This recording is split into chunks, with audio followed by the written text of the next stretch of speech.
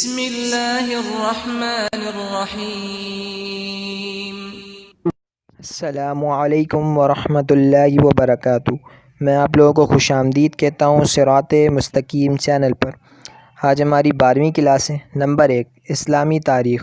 حضرت نوح علیہ السلام کی دعوت۔ جب لوگوں کی نافرمانی اور بت پرستی دنیا میں عام ہو گئی تو اللہ تعالیٰ نے ان کی ہدایت و رہنمائی کے لیے حضرت نوح علیہ السلام کو نبی بنایا۔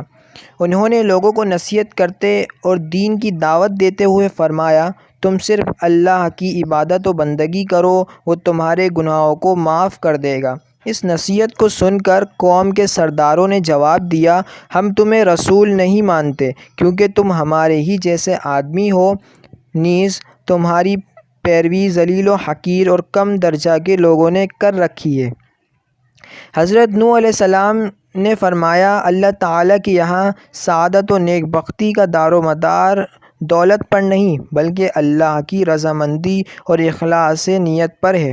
میں تمہیں یہ دعوت مال و دولت کی امید پر نہیں بلکہ اللہ کے حکم اور اس کی رضا کے لیے دے رہا ہوں، وہی میری محنت کا اجر و ثواب عطا فرمائے گا۔ غرض حضرت نوح علیہ السلام دن رات انفرادی و اجتماعی اور خصوصی و عمومی طور پر ایک طویل عرصے تک قوم کو شرک و کفر اور اللہ تعالیٰ کی نافرمانی سے ڈراتے رہے، مگر وہ باز تو کیا آتے بلکہ الٹا عذاب الہی کا مطالبہ کرنے لگے۔ نمبر 2، حضور صلی اللہ علیہ وسلم کا معجزہ۔ درخت کا حضور صلی اللہ علیہ وسلم کو اطلاع دینا۔ ایک مرتبہ کسی نے حضرت مسروق رحمۃ اللہ علیہ سے پوچھا کہ جس رات جناتوں نے حضور صلی اللہ علیہ وسلم کا قرآن سنا تھا، اس رات آپ صلی اللہ علیہ وسلم کو جناتوں کی حاضری کی اطلاع کس نے دی تھی؟ تو حضرت مسروق رحمۃ اللہ علیہ نے فرمایا، مجھے حضرت عبداللہ بن مسعود رضی اللہ تعالی عنہ نے خبر دی ہے کہ اس رات رسول اللہ صلی اللہ علیہ وسلم کو جناتوں کے بارے میں ایک درخت نے بتایا تھا۔ نمبر 3، ایک فرض کے بارے میں۔ نمازی پر جہنم کی آگ حرام ہے۔ رسول اللہ صلی اللہ علیہ وسلم نے فرمایا، جو شخص 5 نمازوں کی اس طرح پابندی کرے کہ وضو اور اوقات کا اہتمام کرے، رکوع اور سجود اچھی طرح کرے اور اس طرح نماز پڑھنے کو اپنے ذمے اللہ تعالیٰ کا حق سمجھے تو اس آدمی کو جہنم کی آگ پر حرام کر دیا جائے گا۔ نمبر 4، ایک سنت کے بارے میں۔ جہالت سے پناہ مانگنے کی دعا۔ جہالت سے پناہ مانگنے کے لیے اس دعا کا اہتمام کرنا چاہیے۔ اعوذ باللہ ان اکون من الجاہلین۔ ترجمہ، اللہ کی پناہ مانگتا ہوں اس بات سے کہ میں جاہلوں میں سے ہو جاؤں۔ نمبر 5، ایک اہم عمل کی فضیلت۔ نعمت کے ملنے پر الحمدللہ کہنا۔ رسول اللہ صلی اللہ علیہ وسلم نے فرمایا، جب اللہ تعالیٰ کسی بندے کو کسی نعمت سے سرفراز فرمائے اور وہ اس پر الحمدللہ کہے تو جو اس نے حاصل کیا ہے اس سے بھی بہتر دیا جائے گا۔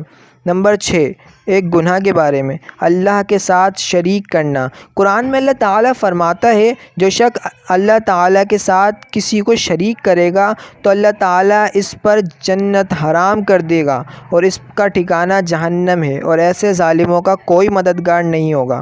نمبر 7، دنیا کے بارے میں۔ دنیا چاہنے والوں کا انجام۔ قرآن میں اللہ تعالیٰ فرماتا ہے، جو کوئی صرف دنیا ہی چاہتا ہے تو ہم اس کو دنیا میں جتنا چاہتا ہے جل دے دیتے ہیں، پھر ہم اس کے لیے دوزخ مقرر کر دیتے ہیں جس میں ذلت و رسوائی کے ساتھ دھکیل دیے جائیں گے۔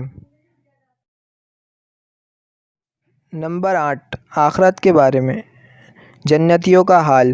رسول اللہ صلی اللہ علیہ وسلم نے فرمایا، جنت میں لوگ کھائیں گے اور پئیں گے لیکن نہ تو پیشاب پخانہ کریں گے اور نہ ہی ناک چھینکیں گے، بلکہ ان کا کھانا اس طرح ہضم ہوگا کہ ڈکار آئے گی جس سے مشک کی خوشبو پھیلے گی اور ان کو اللہ کی ایسی تسبیح اور تکبیر بتائی جائے گی جس کو پڑھنا اتنا آسان ہوگا جتنا دنیا میں تمہارے لیے سانس لینا آسان ہوتا ہے۔ نمبر 9، طب نبوی سے علاج۔ مسواک کے فوائد۔ رسول اللہ صلی اللہ علیہ وسلم نے فرمایا، مسواک ضرور کیا کرو کیونکہ اس سے اللہ کی خوشنودی حاصل ہوتی ہے اور آنکھ کی روشنی تیز ہوتی ہے۔ نمبر 10، نبی صلی اللہ علیہ وسلم کی نصیحت۔ رسول اللہ صلی اللہ علیہ وسلم نے فرمایا، تم میں سے کوئی شخص وفات پا جائے تو اسے اپنے گھر میں دیر تک نہ روکو، اس کو جلد دفن کرو، اور دفنانے کے بعد اس کے سر کی طرف کھڑے ہو کر سورہ بقرہ کا شروع حصہ اور اس کے پاؤں کی طرف کھڑے ہو کر سورہ بقرہ کا آخری حصہ پڑھو۔ فائدہ: شروع حصے سے مراد الف لام میم سے مفلحون تک، اور آخری حصے سے مراد آمن الرسول سے فانصرنا علی القوم الکافرین۔ اللہ تعالیٰ ہمارا پڑھنا سننا قبول فرمائے۔ جزاک اللہ۔